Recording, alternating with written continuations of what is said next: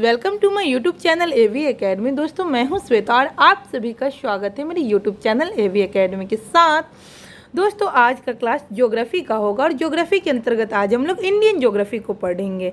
Indian geography में आज हम लोग भारत की प्रमुख नदियों के बारे में जानेंगे। कल की क्लास में भी हम लोगों ने भारत की प्रमुख नदियों में हम लोगों ने जाना कि भारत की प्रमुख नदियाँ और उसके उद्गम स्थल, यानी कि कौन सी नदी का उद्गम स्थल कौन सा है, कहाँ से निकली है और उसका संगम स्थल कहाँ जाकर मिलती है और उनकी सहायक नदियाँ कौन कौन सी है, इसके बारे में डिटेल्स में पढ़ा। तो जिन लोगों ने पिछले क्लास को नहीं किया उनके लिए मैं डिस्क्रिप्शन बॉक्स में लिंक को डाल दूंगी, वहाँ से जा कर के आप क्लास को कर लीजिए। तो क्योंकि बहुत ही इंपॉर्टेंट पॉइंट्स है, लगभग भारत की जितनी भी प्रमुख नदियाँ हैं सबको मैं डिस्क्राइब की हूँ, उसके उद्गम स्थल, उसके संगम स्थल और उसकी सहायक नदियों के साथ। तो आप लोग कल के क्लास को कीजिए और आज के क्लास में हम लोग पढ़ेंगे नदी से ही रिलेटेड पॉइंट्स को, और जिसमें हम लोग विशेष रूप से आज जानेंगे कि नदियों के किनारे स्थित प्रमुख नगर कौन कौन से हैं, क्योंकि इससे भी रिलेटेड क्वेश्चन पूछता है, तो इसको जानेंगे आज के क्लास में। तो चलिए आज के क्लास को शुरू करते हैं। पहला पॉइंट से आज का, भारत की कौन सी नदी कर्क रेखा को 2 बार काटती है। बहुत ही इंपॉर्टेंट पॉइंट्स है, ध्यान रखिएगा।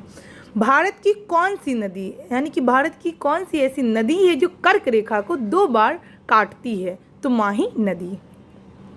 अधिकांश लवणीय नदी किस अपवाह तंत्र का अंग है, तो बंगाल की खाड़ी का।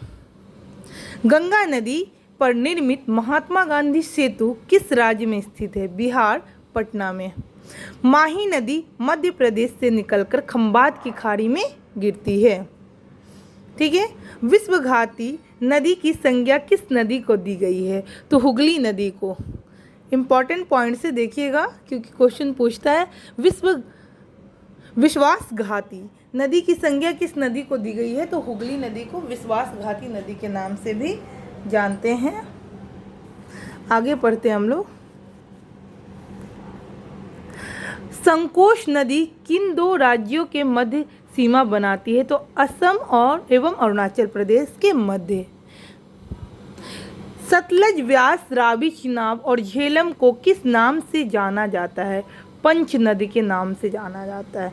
पंच नदी के नाम से कौन कौन सी नदियों को जाना जाता है, तो सतलज, व्यास, रावी, चिनाब, झेलम को पंच नदी के नाम से जाना जाता है।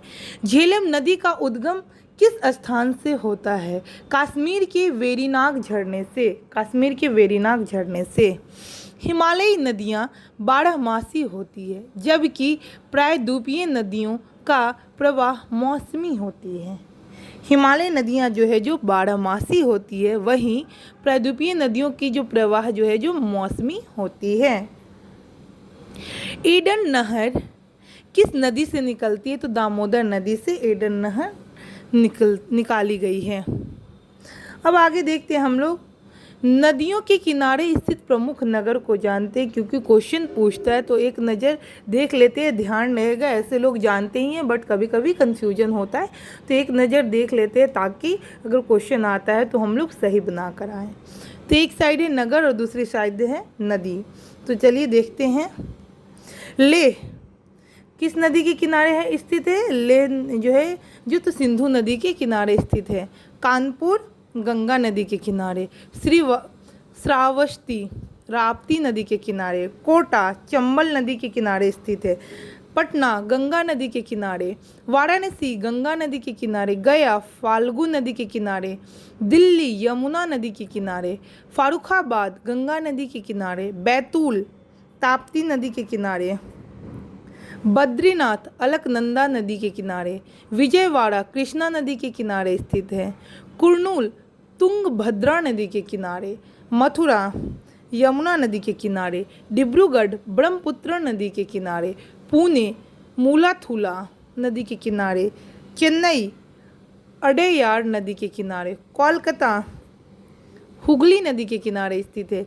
श्रीरंगपट्टनम कावेरी नदी के किनारे स्थित है। गुवाहाटी ब्रह्मपुत्र नदी के किनारे। पंढरपुर भीमा नदी के किनारे। होशंगाबाद नर्मदा नदी के किनारे। नेल्लौर पेनेरू नदी के किनारे। पेन्नेरू नदी के किनारे। तांजावुर कावेरी नदी के किनारे। संबलपुर महानदी के किनारे। आगे देखते हैं हम लोग, हैदराबाद मूसी नदी के किनारे। नासिक गोदावरी नदी के किनारे। फतेहपुर गंगा नदी के किनारे। सूरत तापी नदी के किनारे। तिलैया बराकर नदी के किनारे। कटक महानदी के किनारे। गोरखपुर राप्ती नदी के किनारे। इटावा यमुना नदी के किनारे। मंगलौर नेत्रवती नदी के किनारे। विदिशा वेतवा नदी के किनारे। प्रयागराज गंगा व यमुना नदी के किनारे। रुद्रप्रयाग मंदाकिनी व अलकनंदा नदी के किनारे। देवप्रयाग भागीरथी व अलकनंदा नदी के किनारे। जमशेदपुर स्वर्ण रेखा एवं खरकई नदी के किनारे। ओरछा बेतवा नदी के किनारे। भरूच नर्मदा नदी के किनारे। अयोध्या सरयू या घाघरा नदी के किनारे अयोध्या बसा है। कहीं कहीं पे घाघरा भी दे देता है, तो इसीलिए ध्यान रखिएगा। अयोध्या जो सरयू नदी के किनारे बसा है। विष्णुप्रयाग धौली गंगा व अलकनंदा नदी के किनारे बसा है। रावत भाटा चंबल नदी के किनारे। जौनपुर गोमती नदी के किनारे। मंडी व्यास नदी के किनारे। भरूच नर्मदा नदी के किनारे।